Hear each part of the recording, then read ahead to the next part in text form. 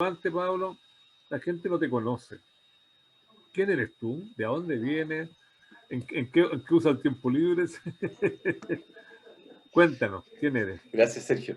Bueno, yo soy abogado que partí en realidad mi carrera más vinculada al derecho constitucional, que es bien habitual que muchos de nosotros partan en el área del derecho público, al derecho constitucional, administrativo, y de ahí, como decimos nosotros, entramos por contrabando a lo que es más bien el derecho ambiental, ¿no? Un ejemplo tal vez más emblemático del Contralor de la República actual. El Contralor de la República, como ustedes probablemente deben saber, es el autor que tiene el libro, hasta ahora por lo menos, más completo en derecho ambiental, pero él es profesor de derecho administrativo, ¿eh? Entonces muchos caímos, digamos, desde esa área, pero además tratando también de cultivar una visión un poquito más amplia, que es por lo menos la idea de la presentación del día de hoy. Yo hoy día asesoro a empresas vinculadas a la minería, vinculadas a la energía, vinculadas también al tratamiento de residuos, siempre con este foco estratégico ambiental, ¿eh? Ese es básicamente lo que yo me dedico habitualmente en empresas como Acciona, bueno, SQM y otras, digamos, en distintos rubros, y temporalmente también con algunas mineras, dependiendo las circunstancias en las que ellos se encuentran, ¿no?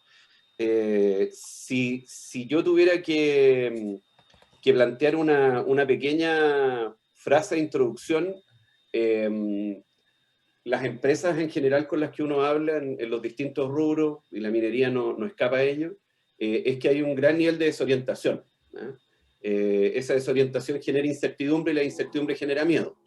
Por lo tanto, la idea de esta presentación es justamente tratar de acotar en la medida que sea posible una explicación un poquitito más razonada de lo que se ha vivido y de lo que viene por vivir. Y Oye, un oye, Pablo, elemento, sí, Pablo, le pasa un poco, eh, bueno, de repente hay un par de colegas más jóvenes que no estaban antes. Nuestro grupo, de alguna manera, a instancia de la especialidad de mina metalurgia, que ellos decidieron que este año se iban a dedicar a todo lo que era constituyentes principalmente. Es por eso que nosotros incluso hicimos un periplo de unos de 4 o 5 semanas en que vinieron como 20 y tantos constituyentes, de los cuales hay 5 electos, lo cual es bueno. No significa que nos pesquen siempre, pero al menos tenemos sus datos y les mandamos algunos mensajes conforme se van produciendo dentro de nuestro chat. Así que algunos han respondido, otros ya sea para decir, oh, gracias, y otro lo voy a leer, y otro decía, oh, ya estoy en desacuerdo en esto, pero al menos significa que nos pescan un poco, así que eso no ha sido malo.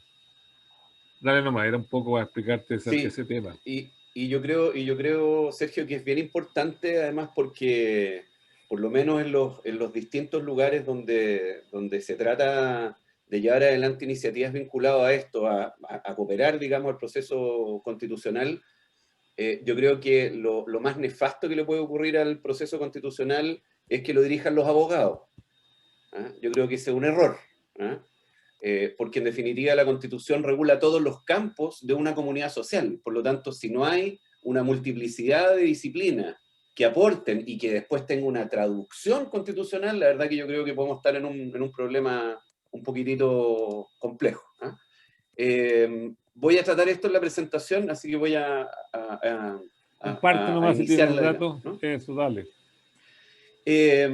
Bueno, como decía Sergio, lo que conversamos es hacer una presentación a partir de una mirada más bien de riesgo, ¿no? Que yo lo desarrollo y trato de no hacer no es una presentación estrictamente jurídica, tiene obviamente algunos aspectos, trato que sean los menores, pero es una explicación que yo creo que no está centrada básicamente en eso, sino que es un juego entre la realidad que ha sido percibido, que se ha construido, y el proceso constituyente. Puse la imagen de este dios romano, que es el dios Jano, que mira al pasado y al presente, es el dios de las transformaciones, ¿eh? Pero también era el patrono del Estado, ¿eh? Era el protector del Estado. De hecho, en las construcciones romanas, en los dinteles, se colocaba muchas veces este dios a propósito de la buena fortuna, en las transformaciones y en el futuro, así que esperemos que nos acompañe en lo que nos va a tocar vivir como país. Quisiera partir desde lo más global, ¿eh? Esto, tratar de hacer una ruta bien estructurada de dónde estamos primero a nivel latinoamericano. A nivel latinoamericano, ustedes probablemente lo habrán visto, han sucedido un conjunto de crisis sociales los últimos 2 años, más o menos por razones distintas. En algunas puede ser parecida, pero en algunas hay algunas razones distintas. Y desde ahí, o desde este conjunto de crisis, me gustaría relevar algunos aspectos de los últimos procesos constituyentes que ha habido en Latinoamérica en los últimos 15 años, digamos, ¿no? Y es importante porque en el caso chileno, como tenemos esa gran suerte los chilenos, concurren un conjunto de elementos, o ya concurrieron un conjunto de elementos bastante negativos para el desarrollo del proceso y que en otros lugares no se ha presentado, ¿no? Lo primero es lo que podríamos señalar una suerte de contaminación cruzada, ¿no? Estamos enfrentando un proceso constituyente que en definitiva lo que debate es el pacto social más elemental, más básico, donde todos tienen que sentirse incorporados, todos tienen que sentirse representados, ¿no? Pero cuando justamente un proceso de esas características, que tiene que ser de construcción de acuerdos, de unión, ¿no? de retejer la convivencia social, estamos viviendo uno de los calendarios electorales probablemente más atiborrados de elecciones de los últimos tiempos, ¿no? Le sumamos a la última votación esta figura extrañísima, que yo todavía no entiendo por qué existe, que es el gobernador regional, ¿no? Entonces elegimos alcaldes, concejales, gobernadores regionales, entramos ahora a primaria, tenemos después en noviembre parlamentarias, consejeros regionales, presidenciales, en diciembre segunda vuelta, o sea, es una locura, digamos, ¿no? Es un verdadero hervidero en un proceso que justamente lo que deberá tener es la tranquilidad, la ausencia de presiones para poder deliberar adecuadamente, ¿no? Yo tiendo a pensar que esta contaminación cruzada genera niveles de instrumentalización muy complejos en el proceso constituyente. Parte de eso, no cabe duda, este debate absolutamente inoficioso de si el quórum es de 2/3 o no es de 2/3. La verdad que es inoficioso porque eso ya es una regla preestablecida, pero naturalmente ustedes habrán visto algunos documentos circulando por ahí de paralizar la convención, digamos, y generar algunas dificultades que busquen canalizar algún resultado electoral para algún partido o coalición específica. Lo segundo, y esto ha sido muy, muy tradicional, y la verdad que, para serles franco, yo tenía el temor de que esto fuera mucho más profundo de lo que fue, es que muchas asambleas constituyentes, da lo mismo a la nomenclatura, convenciones, asambleas, estamos hablando de lo mismo, suele haber una tentación, y en algunos casos esa tentación se concretó, de decir que la convención es totalmente soberana. Ese es el caso ecuatoriano. En Ecuador, la convención o la asamblea constituyente se declaró soberana y cerró el Congreso. Y comenzó a operar todo desde, bueno, no solo el Congreso, en realidad toda la institución, y comenzó a operar la convención como un poder de naturaleza originaria y soberana. No ocurrió así en Bolivia, no ocurrió así en Colombia, donde son, digamos, algunas de las procesos constituyentes latinoamericanos como digo, de las últimas décadas. En tercer lugar, y aquí hay una cuestión que es bien, lo quiero plantear desde un punto de vista bien pedagógico. La Constitución son reglas generales, no son reglas específicas, son reglas generales, son marcos de entendimiento. Por lo tanto, muchas de las cuestiones más específicas u otras no son tratadas en una Constitución, sino que tienen que ser tratadas en las leyes. Un ejemplo de ello es, por ejemplo, el tema del royalty. Esa es una materia de ley, no es una materia constitucional, a pesar de que hoy día hay un gran debate, y yo lo voy a plantear un poquitito más adelante, de cómo está tratando de construirse una cierta ruta para que esto sea una norma constitucional. Entonces, lo que vamos a ver en el proceso constituyente es que hay que trazar una línea, y aquí, lamentablemente, a diferencia de las áreas del conocimiento que ustedes profesan, que son científicas, lamentablemente las áreas humanistas no lo son. Y por lo tanto, la línea de lo que entra o no entra en una constitución es muy ambigua. Nadie puede decir qué entra o qué no entra. tenemos constituciones como la norteamericana que son bastante breves, la originaria es muy breve, o tenemos constituciones como la boliviana o la ecuatoriana que tienen 200 artículos, digamos, ¿no? Y con un nivel de especificidad muy, muy peligroso. Lo cuarto, y aquí ya empezando a pensar un poco en el futuro, nosotros vamos a tener tenemos un proceso constituyente de 9 meses originario, pero como somos chilenos, no cabe duda que vamos a usar los 3 meses adicionales y por lo tanto va a ser un año de proceso constituyente. Eso significa que vamos a estar el 4 de julio del 2022 en estricto rigor, y si todo camina, con una propuesta de texto a la ciudadanía que tiene que ser plebiscitado, ¿no? ¿Qué es lo que uno debiera poner como el lado alegre de esto?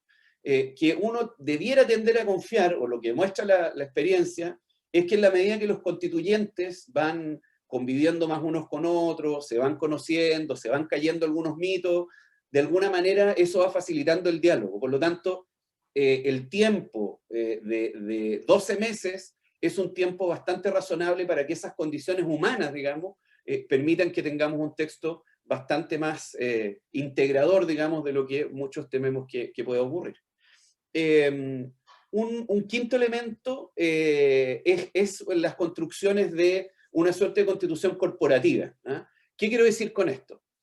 Pensemos cuando se inicia el estallido social, la verdad que si uno tratara de darle coherencia a las, no sé, 1000 o 2000 reivindicaciones que había, probablemente muchas de ellas son contradictorias. O sea, me cuesta entender qué tendría que hacer un colectivo que está en contra del TAG respecto de otro que quiere el aborto libre, digamos.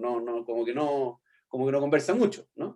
Por lo tanto, acá hay una situación que tiene que ser abordada de manera inteligente. Yo hasta ahora no he escuchado una metodología donde todo aquello que se vaya construyendo no sea un verdadero álbum de reivindicaciones separadas, ¿no? Y que por lo tanto, como tú no quieres más TAG, yo te doy los votos, y como yo quiero aborto libre, tú me das los votos, y no importa si eso es incoherente.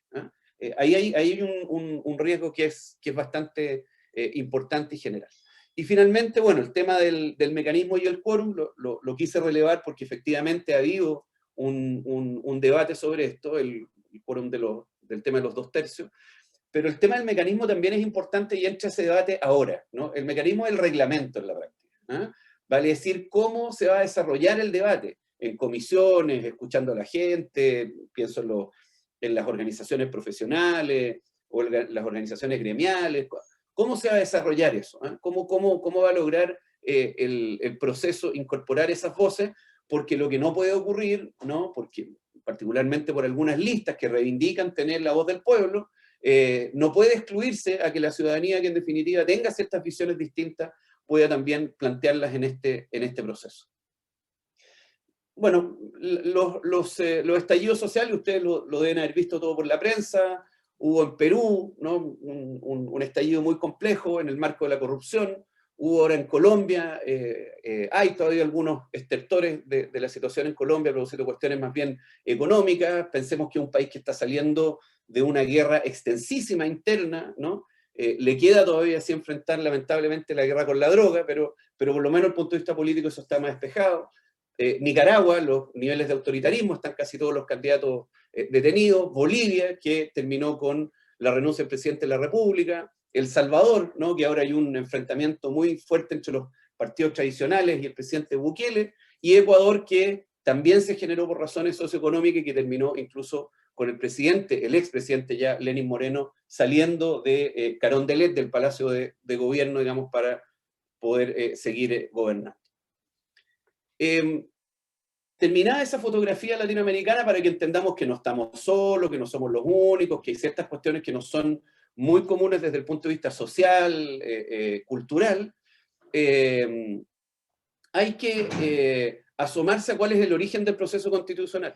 Leí muchos de los comentarios de este muy vivo chat de Minería Ética, donde se planteaba finalmente esta pregunta de si este era un proceso constituyente originario derivado.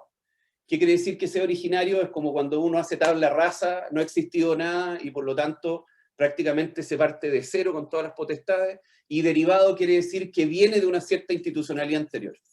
La verdad que en esto hay que ser bien, bien categórico, por eso quise poner la fotografía, además, por cierto, al autor del acuerdo, que es Mario Desbordes, ponerlo en esta imagen, porque en definitiva, este es un proceso constituyente que deriva de una reforma constitucional de la Constitución vigente. Esto no parte del aire. Y por lo tanto, las reglas contenidas en la Constitución actualmente vigente no pueden modificarse por la Convención Constitucional. Solo pueden modificarse por un acuerdo en el Congreso. Por lo tanto, todas estas preguntas sobre los 2/3 u otro, el mismo calendario de duración, eso está resuelto, ¿no? Y por lo tanto es un debate, como decía, absolutamente inconducente, que no tiene más ni menos que afanes meramente electorales, como lo comentábamos al comienzo. Vamos ahora a lo que nos atañe en lo específico. ¿Qué es lo que dice la Constitución? Muy en breve, las ideas más generales o las cuestiones más centrales sobre el tema minero, digamos, ¿no? Primero, como ustedes muy bien lo saben, esto está contenido en un artículo muy especial, que es el artículo 19, que dice relación con los derechos, ¿no? Fíjense que está ahí, ¿eh? Están los derechos. Y está particularmente en un numeral donde dice relación con el derecho de propiedad. Ahí aparece regulado el tema de la minería en nuestra Constitución. ¿Qué es lo primero que dice? Que el dueño de todo, en la práctica, salvo algunas excepciones, las arcillas superficiales u otras, pero todo es el Estado. Y esta cuestión a veces se olvida, ¿eh? Es como un poquito raro, porque están todos estos debates de cuánta estatalidad, menos estatalidad, cuando el Estado es el dueño de las minas, ¿no? Es el que toma las decisiones, ¿no? Y el Estado obviamente está representado por el gobierno, no está representado por los tribunales de justicia, ¿eh? Entonces, este es un elemento que es bien, bien importante que lo tengamos presente, porque yo creo que muchas veces se olvida. En segundo lugar, como ya lo dijimos, como la Constitución es general, corresponde a la ley establecer, ya, obviamente Código Minería y algunas leyes especiales, establecer las particularidades respecto a cómo se concede una concesión de exploración, de explotación, qué es lo que explota directamente el Estado, o si hay contratos administrativos, ¿no? Que en definitiva permitan determinadas exploraciones o explotaciones. Pero esa es la ley, eso no es la Constitución, ¿no? En tercer lugar, también es importante señalar, y de nuevo, mucho mito, que la Constitución señala expresamente, que quien es dueño de una concesión minera lleva adelante esa actividad porque está, en definitiva, debe satisfacer un interés que es público. Esto no se trata, esta imagen que se ha ido generando, sobre todo en el marco del debate del royalty, ¿no? Donde parece como que las empresas privadas fueran unos delincuentes, ¿no? Que entran de noche a robarle la plata del velador a alguien, digamos, ¿no? Acá hay una norma constitucional muy, muy clara y evidente, y que además tiene traducción en la ley, en un conjunto de normas que van desde las disposiciones estrictamente mineras, legales, administrativas, hasta las medioambientales, hasta las socioambientales. En cuarto lugar, y este sí quiero relevarlo, solo lo quiero dejar como una idea ahí dando vuelta, porque esto es muy importante. En definitiva, quienes tienen un rol fundamental en materia de concesiones o extinción de concesiones son los tribunales de justicia, ¿no? Y en ese contexto hay una intencionalidad de algunos de despojar a los tribunales de justicia de las potestades y pasárselo a la administración del gobierno, ¿no? Como ustedes comprenderán, eso tiene la gran desventaja que la minería, que hacía una política de Estado hace muchas décadas, pasa a convertirse en una suerte de billetera o en una suerte de instrumento político del gobierno de turno, ¿no? Entonces, por lo tanto, ahí hay un riesgo, y esto es un debate. Uno, si ve los programas de gobierno, algunos candidatos, esto está tremendamente instalado. Y finalmente, aquel que es dueño de una concesión minera tiene una protección que es de rango constitucional. No es de rango legal, es de rango constitucional. Y esto es muy importante porque en definitiva da la tranquilidad y la estabilidad para el ejercicio de una actividad que, como usted más que nadie lo sabe, se desarrolla en unas temporalidades con mucho la más extensa de cualquier actividad económica en el país. En esta que es el penúltimo acápite de esta presentación, lo que trato de hacer o de aterrizar es la minería desde el punto de vista de los impactos que genera, ¿no? Y ahí tratar, que es lo que intenté hacer, construir qué significa desde estas realidades, los impactos son muy tangibles, qué significa desde el punto de vista de la regulación, ¿no? Y específicamente de la regulación constitucional. Como ustedes saben, la minería genera impactos en el entorno social de múltiples formas y maneras, en las economías locales, nacionales y también en la internacional, ¿no? Es una actividad con impactos en el medio ambiente y es una actividad, y esto no es menor, en los ingresos fiscales, ¿no? Esos son, en la práctica, los que, desde el punto de vista, insisto, si uno va leyendo los discursos de los constituyentes, los programas de gobierno, el debate político general, del royalty, es como lo que uno logra sintetizar que está más visible, ¿no? En primer lugar, lo que dice relación con el entorno social. Y aquí tenemos un primer elemento que es extremadamente complejo, que es lo relacionado con los pueblos indígenas. Como ustedes saben, hay una resolución de un organismo internacional, que es la OIT, la número 169, que establece, entre otras cosas, muchos otros elementos, pero uno de los elementos que nos debe interesar, que es el de la consulta indígena. Consulta indígena que es una consulta, por cierto, no es una cuestión más bien vinculante, pero donde aquí se empieza a entreabrir algunas situaciones